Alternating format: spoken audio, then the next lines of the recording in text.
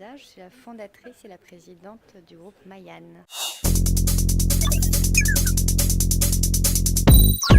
Donc Mayan, en fait, c'est un centre de recherche privé opérationnel qui vise en fait à travailler sur la résilience des territoires, principalement face aux risques d'inondation et plus généralement face à l'ensemble des catastrophes climatiques. Notre travail au quotidien, en fait, c'est d'essayer de trouver des solutions à l'échelle du territoire et des solutions en fin de compte assez plurielles, c'est-à-dire qui vont s'intéresser autant au grand public, comment communiquer avec ce grand public pour le permettre de s'adapter aux grands changements climatiques, comment, si vous voulez, réussir à rendre résilient un territoire qui est inondable, comment le rendre imperméable à l'eau. Il y a des solutions qui existent.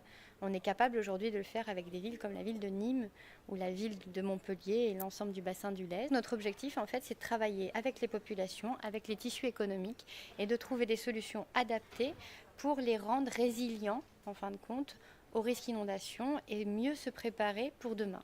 Donc l'idée, si vous voulez, c'est d'arrêter de subir et de se mettre à mieux gérer avec des solutions. Et ces solutions, elles sont de différents ordres.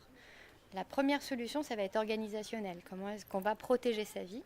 Parce que ça ne sert à rien de créer dans une maison un niveau refuge si la personne ne sait pas quand y monter. Ensuite, on va vraiment chercher à travailler sur le plan structurel. Parfois, il faudra mettre des parois anti-inondation qui s'appellent des bâtards d'eau et qui vont être complètement adaptées. Seulement, si vous ne savez pas les mettre au bon moment pendant la crise, si vous ne les avez pas numérotées avant et si on ne vous a pas accompagné pour vous expliquer comment faire, finalement, c'est des solutions qui ne servent à rien.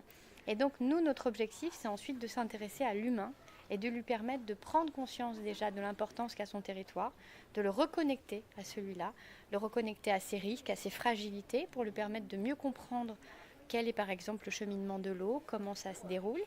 Et à partir de là, quand il voit venir le danger, de savoir exactement comment se protéger à son échelle. Quelle va être la hauteur d'eau potentielle à l'échelle de sa maison. Et là, il peut mettre en place une stratégie. Et donc voilà, donc Mayan, c'est en fin de compte un ensemble de personnes, principalement des chercheurs et des ingénieurs, qui travaillent tous ensemble, qui ont chacun une origine différente, qui vont travailler avec des psychosociologues, qui vont travailler avec des graphistes, avec des illustrateurs, avec des pédagogues.